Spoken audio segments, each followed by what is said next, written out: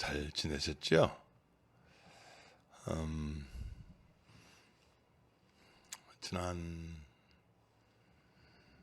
주간에는 이제 소위 8.15 광복절로 인해서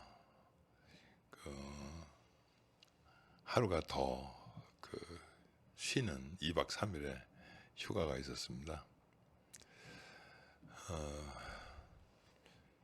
광복절이라는 게 참 즐거워야 될 텐데 마음속 한쪽 구석에는 늘 이렇게 좀 멍한 마음이 좀 듭니다. 여러분도 아다시피 1945년 8월 15일 정오에 일본 천황 쇼와 히로히토 왕이 라디오를 통해서 항복 선언을 하게 됩니다. 그것도 보통 사용하는 일본 말도 아닌 왕실 용어, 궁정언어라 그러죠.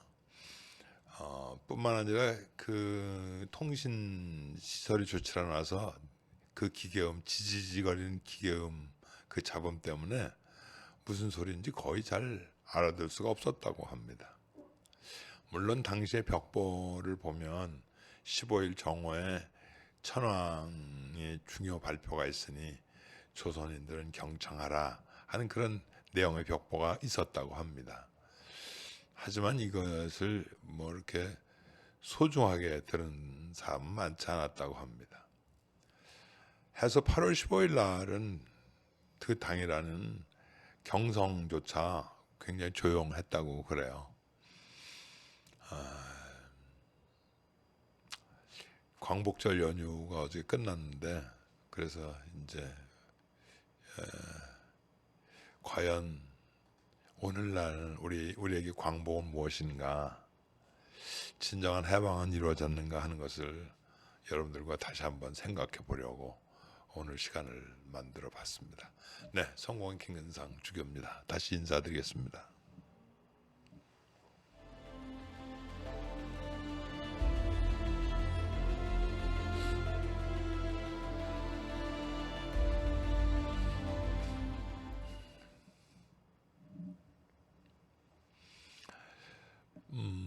아시다시피 지난주는 동경올림픽에서 있었던 우리 해프닝, 양궁 선수 안산과 페미니즘 이야기를 했었죠. 다양한 의견을 주셔서 감사합니다. 새겨 듣고 의견 여러 모습의 의견들을 존중하도록 그렇게 하죠. 오늘은 동경올림픽에서 보여주었던 일본 사람들의 모습 속에서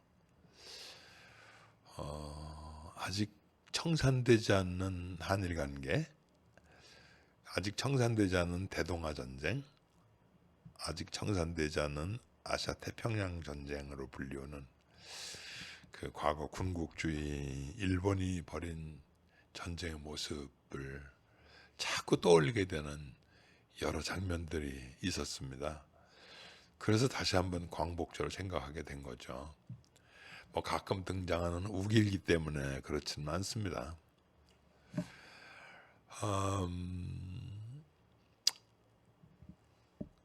제가 보기에는 하려고 했던 1940년 동경올림픽 때의 일본의 모습과 2021년에 열린 동경올림픽의 모습, 물론 1940년 때는 열리지 못했습니다만은 그런 분위기가 전혀 다르지 않다는 그런 느낌을 갖게 됐습니다. 좀 더 이렇게 솔직히 말씀을 드리면 여러 가지 이 내용 속에서 우리는 잘못하지 않았다. 다만 너희들에게 새로운 문화를, 새로운 세계를 열어주려고 시작한 것이 대동아 전쟁이었다. 이렇게 얘기하는 것 같은, 그게 1940년대도 또 2021년도 똑같이 이 투영되는 것 같다는 그런 말씀입니다. 그래서 다시 그 당시의 전쟁을 되짚어보고 당시 전쟁의 원천이었던 히로히토 천황, 또 전쟁을 마감할 때 그 했던 히로히토의 항복 문서를 다시 한번 보게 됩니다. 그런데 참 아이러니하게도 그 문서에는 항복이라는 말이 한마디도 없습니다. 그러니 커다란 타이틀로 무조건 항복, 이거 다 거짓말입니다. 그래서 여러분들은 이건 꼭 알고 계셔야 될 것 같아서 정말 가슴이 떨리고 손도 떨리지만 제가 직접 이 히로히토가 읽은 대동아 전쟁 종결 조서를 여러분들한테 읽어 드리려고 합니다. 먼저 당시에 실제 있었던, 소위 일본 사람들로 보면 오금 방송이라고 그럽니다. 예? 그 소리 여러분들한테 잠깐 들려드리고 싶습니다. 한번 들어보시죠. 比較世界の体系と帝国の現状とに鑑み、以上の措置をもって帰属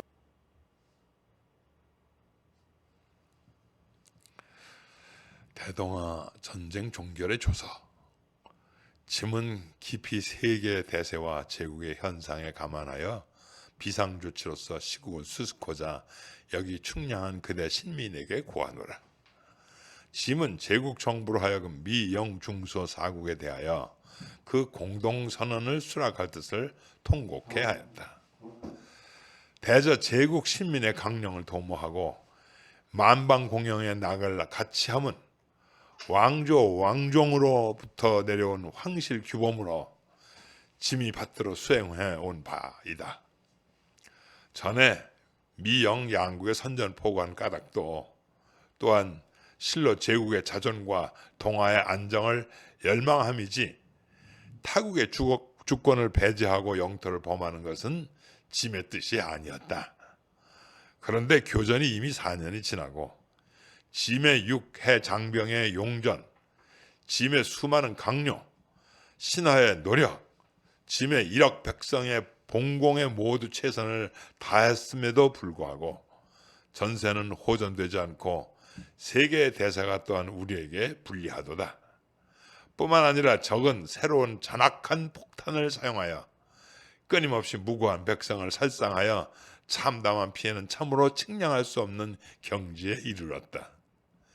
그럼에도 더 교전을 계속하면 끝내 우리 민족의 멸망을 초래할 뿐만 아니라 연하여 인류의 문명까지도 파괴하게 된다. 이러한 데 짐은 무엇으로 하여금 억만의 백성을 보호하고 왕조 왕종의 신령에 사죄할 것인가? 이것이 짐이 제국 정부로 하여금 공동선언에 응하게 한 까닭이니라. 짐은 제국과 함께 끝까지 동아의 해방에 협력한 모든 맹방에 대하여 유감의 뜻을 표하지 않을 수 없다. 제국 신문으로서 전진에서 죽고 직장에서 순직하고 비명에 죽은 자 및 그 유족을 생각하면 오장이 찢어지는 듯하다. 또 전상을 입고 재난으로 화를 입어 가업을 잃어버린 자의 후생에 이르러서는 짐이 깊이 마음 아픈 바이다. 생각해보면 그무 제국이 받을 고난은 물론 심상치 않다. 너희 신민의 마음속에 짐이 잘 알고 있도다. 그러함에도 짐은 시온을 향한 대로 견디기 힘든 것을 견디고 참기 힘든 것을 참으며 더욱 만세를 위하여 태평을 열어가자 희망한다. 짐은 여기서 국체에 호지하면서 충량한 그대 신민의 진심 어린 마음을 믿고 의지하며 항상 그대들 신민과 함께 있다. 만약 감정에 격하여 함부로 사건을 일으키고 동포를 고통스럽게 하고 서로 시국을 어지럽힘으로써 대도를 그르쳐서 전 세계에서 신을 잃게 하는 것은 짐이 가장 경계하는 바이다. 아무쪼록 거국 일가하여 자손에 서로 전하여 신국 일본의 불멸을 믿고 각자 책무가 중하고 갈 길이 먼 것을 생각하여 총력을 장래를 위한 건설에 기울이고 도의를 두텁게 하고 지저를 굳게 하며 맹세코 국채의 정화를 발양하고 세계의 진눈에 띄지 않도록 기해야 마땅하다. 그대들 신민은 짐의 뜻을 잘 받들라. 소화 20년 8월 14일.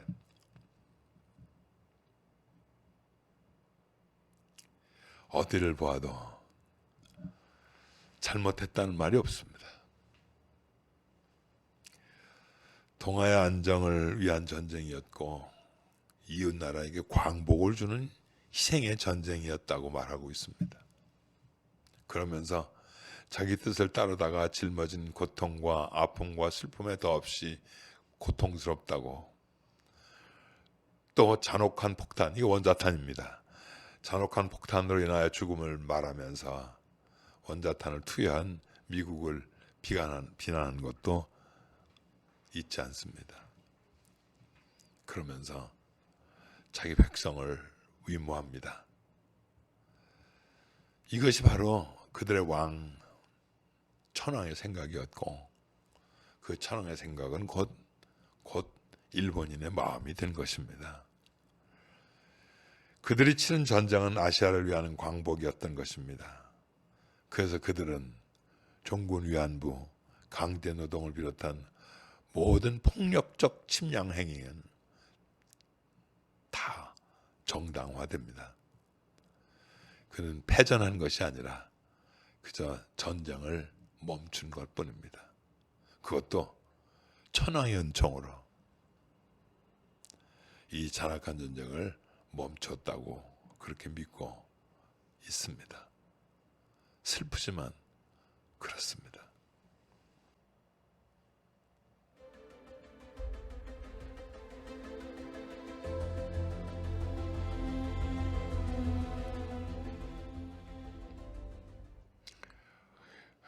근데 이게 기계 장치 때문에 저희가 어쩔 수 없이 이 생방송은 포기하고요. 녹화를 해서 이 코너에다가 이렇게 같이 붙이는 게 돼서 어쩌면 잘 이렇게 적절히 넘어가지 않는 것 같아서 다시 한번 죄송하다는 말씀드리고 코너 2부터 다시 시작하겠습니다.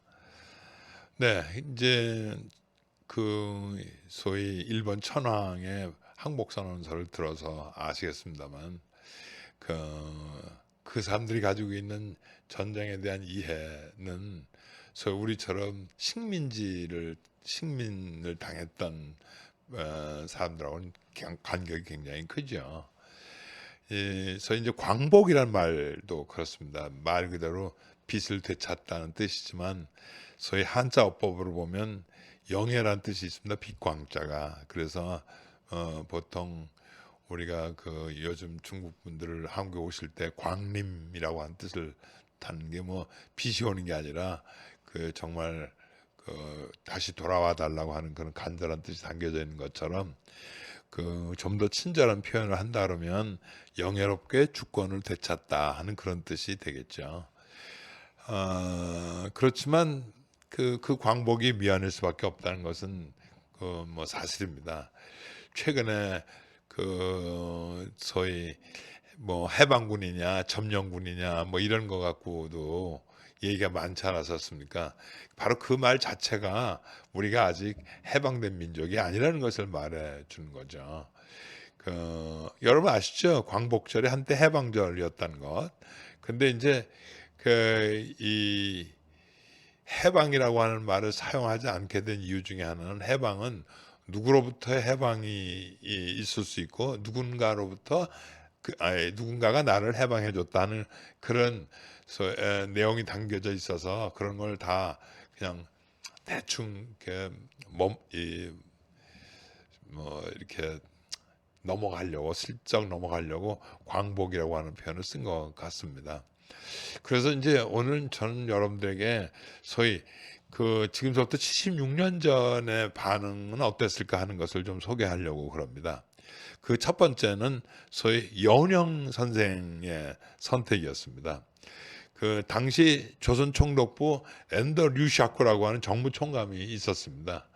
8월 15일 날 그 소위 그들이 말하는 천황의 항복 선언이 있는 날 그 아침에 그 정무총감이 여운형 선생을 불러서 이제 이런 일이 벌어진다. 어떻게 했으면 좋겠냐고 의논을 하게 되는데 가장 주된 내용은 다른 게 아니라 그 우리 일본 사람을 좀 지켜달라 하는 그런 것이었습니다.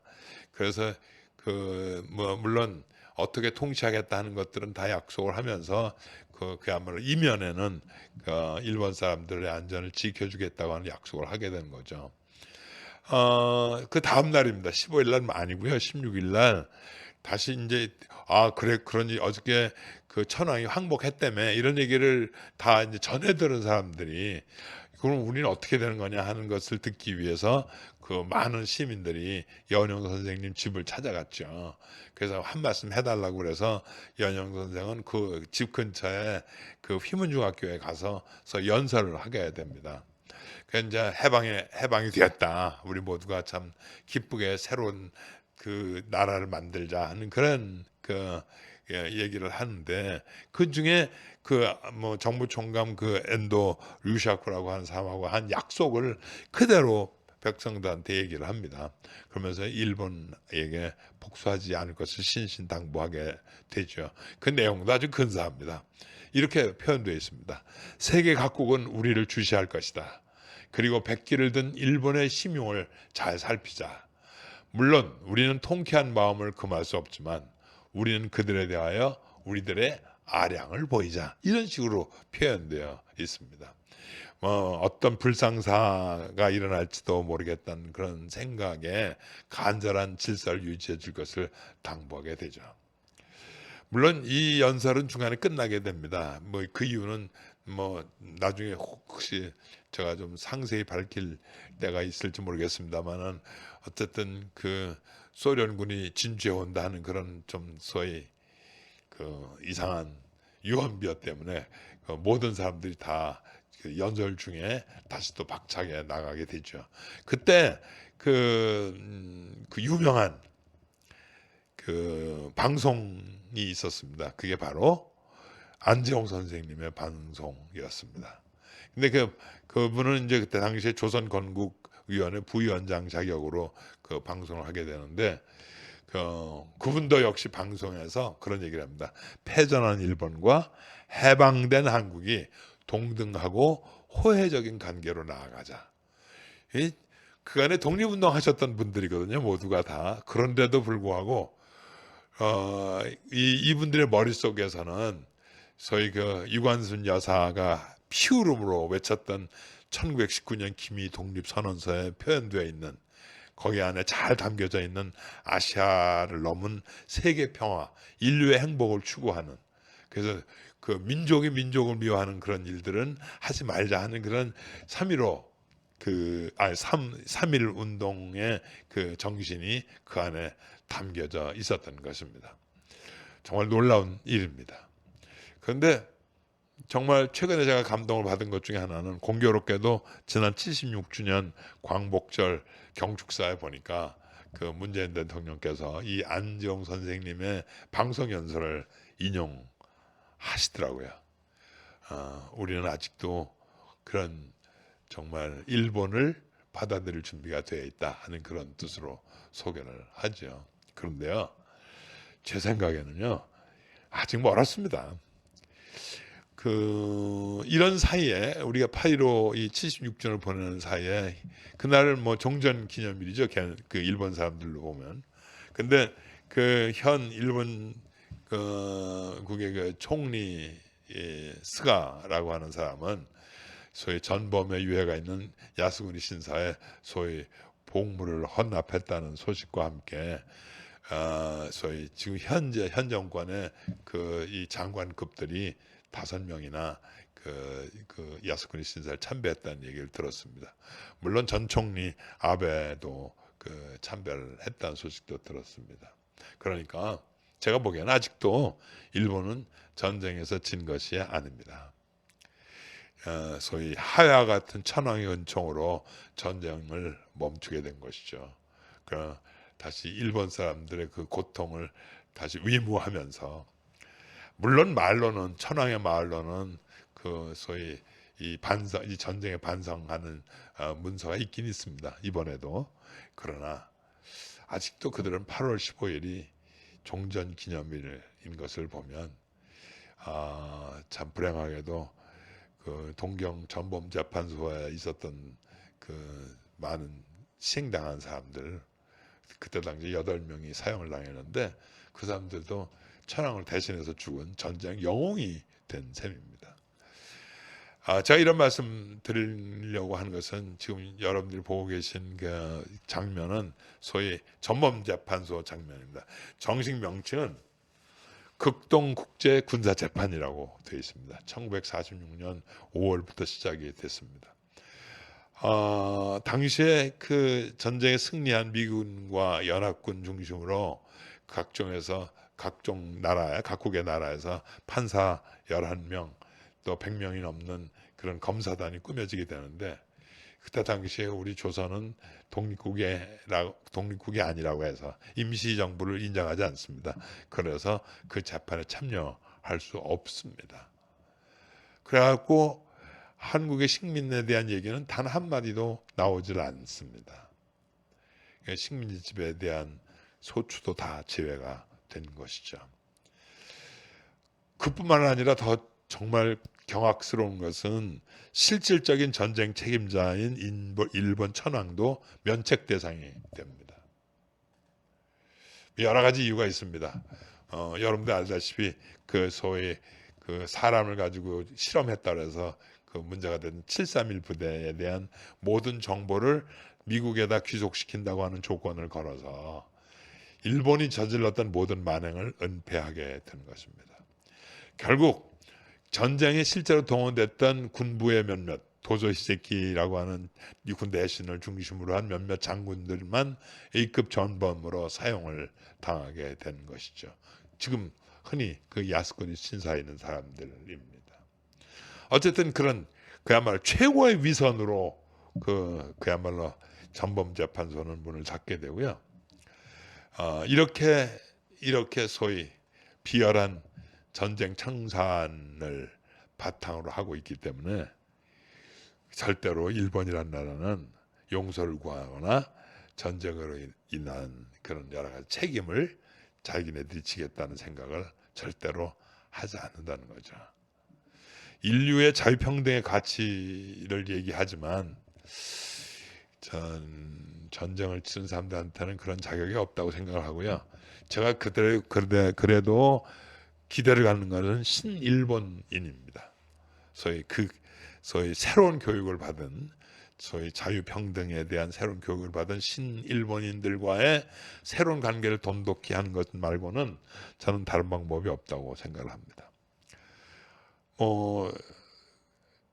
당시 많은 자결자들이 있었습니다. 소위 흔히 그 사람들을 하락기라고 하는 그런 소위 복부를 가르는 그런 그 자결 수단인데, 그때도 그 모두가 다 1억만의 민중을 죽이는 한이 있더라도 천황을 보호해야 한다는 그런 마음이 무엇이겠습니까?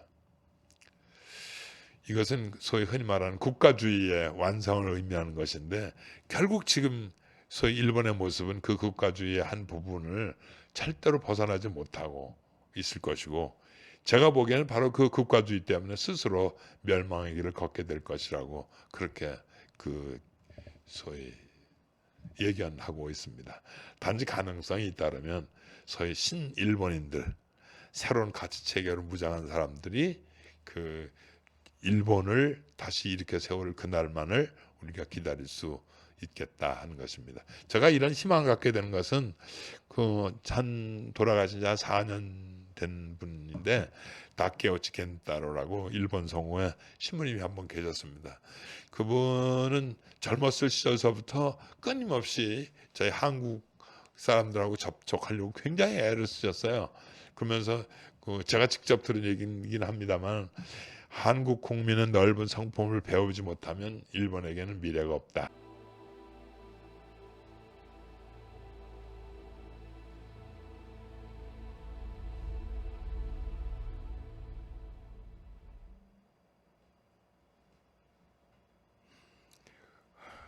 결국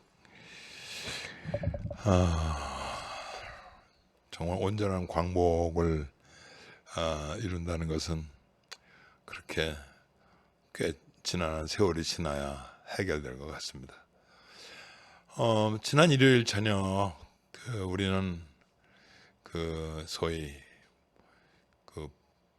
봉오 전투, 청산리 전투에 혁혁한 공을 세우신 홍범도 장군의 유해를 영접하게 되었습니다. 돌아가신 78년 만에 고국에 돌아오신 셈이죠.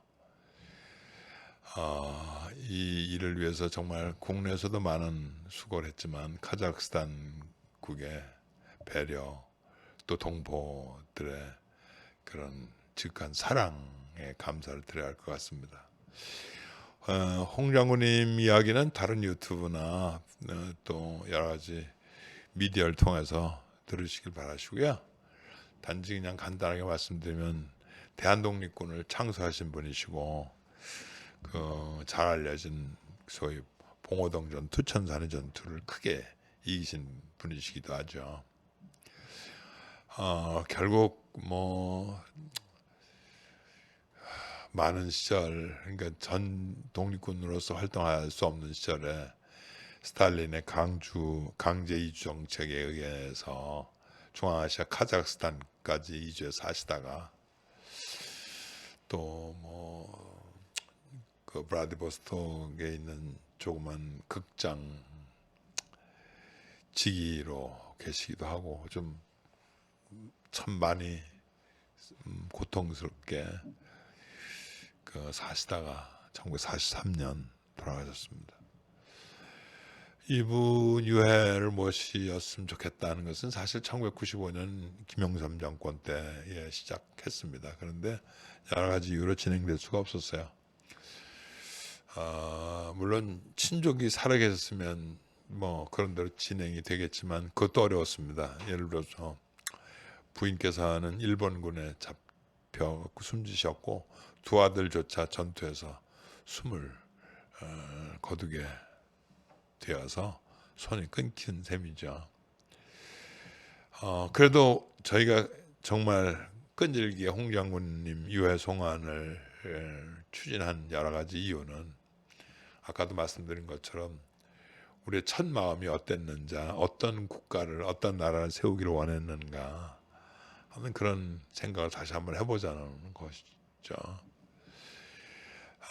소위 광복의 꿈을 위해서 정말 가능하지도 않은 전투, 그야말로 질 수밖에 없는 그런 전투에서도 나서서 그냥 힘들게 고생했던 모든 선전들의 고마움, 그리고 죄송함이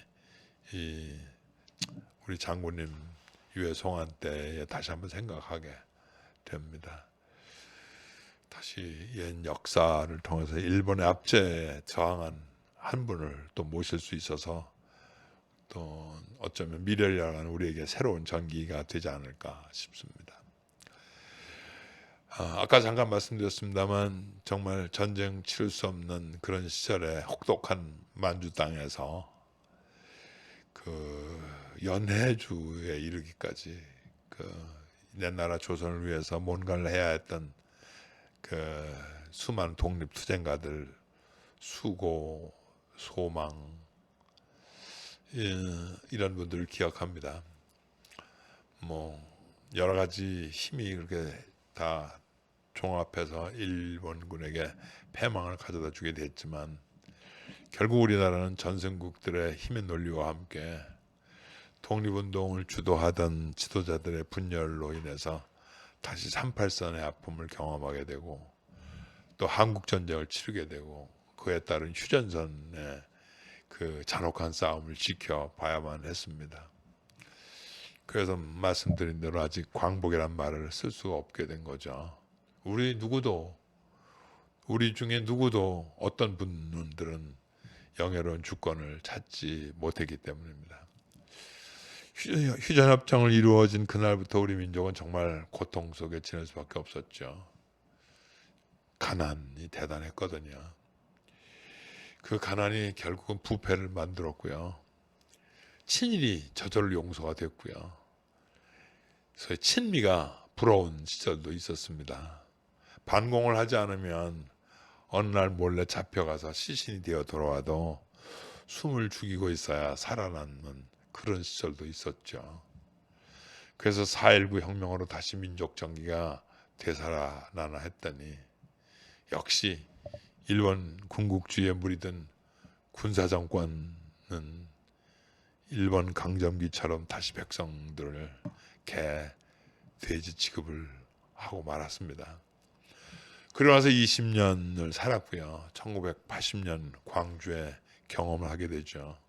그 깨우침으로 1987년 드디어 우리는 정말 민주공화국이라는 이름을 제대로 살아갈 수가 있었던 것 같습니다. 물론 그 이후에도 친일 세력과 함께하는 기득권들은 자기가 가진 권력을 놓지 못했습니다. 검찰이 그랬고 언론이 그렇고 판사가 그랬고 종교계도 다르지 않았습니다. 지금도 사실 우리는 그런 친일을 벗어나지 못했다는 말씀입니다.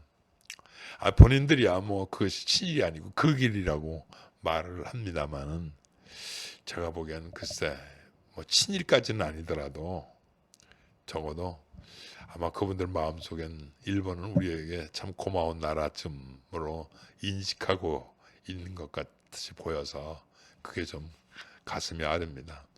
이거 그 길 아닙니다. 그래서 이런 시절에 그 홍범도 장군을 맞이하게 된 것이 의미가 깊다고 하는 것이죠.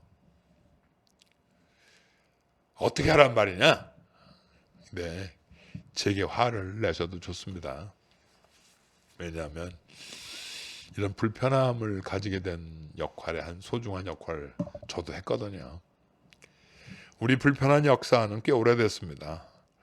고려의 불교와 조선의 유교 싸움이 그렇고 백제와 신라의 싸움도 그렇습니다. 조선시대 양명학과 성리학의 싸움이기도 하고요. 노론 소론의 싸움이기도 합니다. 사대주의와 민족주의의 싸움이기도 하고 서북지역과 기호지방의 싸움이기도 하고 자본주의와 공산주의의 싸움이기도 합니다. 기독교도 이 분리주의의 사고에 일조를 해서 상당한 부분 다 나누어져 있습니다. 기독교 장로회와 예수의 장로회가 나누어졌고요. 예수교 장로회는 통합과 합동으로도 나누어졌죠. 그뿐만 아니죠. 우리 모두를 보면 출신 학교로도 나누어져 있고요. 누가 우리의 선생이냐 하는 것에 따라서도 다 나누어져 있습니다. 제가 이런 말씀드리는 것은 이런 분리가 이런 서로에게 총을 겨누는 것은 우리 탓이 아니라는 것이죠. 아주 강요당하듯이 굉장히 오래된 전통이 정확한 표현일 수 있습니다. 하지만 저는 오늘 이 시점에서 이것이 오히려 희망이라고 생각을 합니다. 그 정확한 비교가 일본입니다.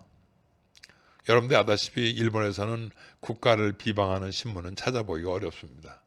그 이유는 딱 하나입니다. 천황의 나라 잘못할 리가 없다 하는 이런 기본적인 소위 전체주의적인 사고 때문에 그렇습니다. 저는 그걸 자유민주라고 보지 않습니다. 이런 모습이 좋아 보이십니까? 그래도 말이죠. 정말 우리가 일본과 같은 방식으로 나라를 운영한다 그러면 저희는 절대로 일본을 따라갈 수가 없습니다. 일본을 이기지 못합니다. 저는 그렇습니다. 한국은 정말 민주여야 한다. 별 사람이 다 있어야 된다. 그 사람이 우리의 모든 구성원이어야 한다. 그러니 서로에게 막장의 비난은 하지 말아야 된다 하는 것이 제 생각입니다. 언젠가는 같이 모여야 될 사람이니까 죽어도 다시 못 볼 그런 원수로 살아서는 안 된다는 것입니다. 10인 10색. 저는 이것이 옳다고 생각합니다. 대한민국은 전제주의 국가가 아닙니다. 그래서 못난 사람들의 존재 이유는 잘난 사람들이 있고 잘난 사람들의 존재 이유는 못난 사람들이 있다고 그렇게 생각해도 틀리지 않는 나라, 그런 나라여야 합니다. 그렇지만 우리는 한 민족, 한 가족이라는 것을 잊어서는 아닙니다. 저 북쪽에 있는 동포들까지도 저들도 우리 형제라는 것, 우리 가족이라는 것을 잊어서는 아니 된다는 겁니다. 그래야 비로소 우리는 광복을 맞이할 수 있게 될 것입니다. 그게 내일일지 아니면 더 먼 날일지 모르지만 그래야 우리는 광복을 꿈꿀 수가 있다는 것입니다. 네, 오늘 여기까지입니다. 시간을 많이 써서 사실 다른 여러 가지 이야기는 생략하겠습니다. 한국의 소리도 생략하겠습니다. 죄송합니다. 괜찮겠죠? 좋은 친구들 여러분, 맞습니다. 유관순 여사가 피울음으로 외친 1919년 김이독립 선언서에는 그 기본 정신이 자유, 평등, 그리고 포용과 관용이었습니다. 저는 그 마음으로 2011년 광복절 그리고 오랜 세월 고생하시다가 우리나라에 돌아온 홍범도 장군을 맞이하면서 다시 한번 우리나라도 완전한 광복을 꿈꾸는 우리들이 만든 나라, 우리들이 모두가 다 함께 춤추는 그런 나라, 그런 미래, 이런 미래를 우리 좋은 친구들 여러분들과 함께 만들어 가고 싶어서 이렇게 오늘은 조금 흥분했습니다. 네, 여기까지입니다. 감사합니다. 오늘도 역시 기술의 김대화, 진행의 김근상이었습니다. 고맙습니다.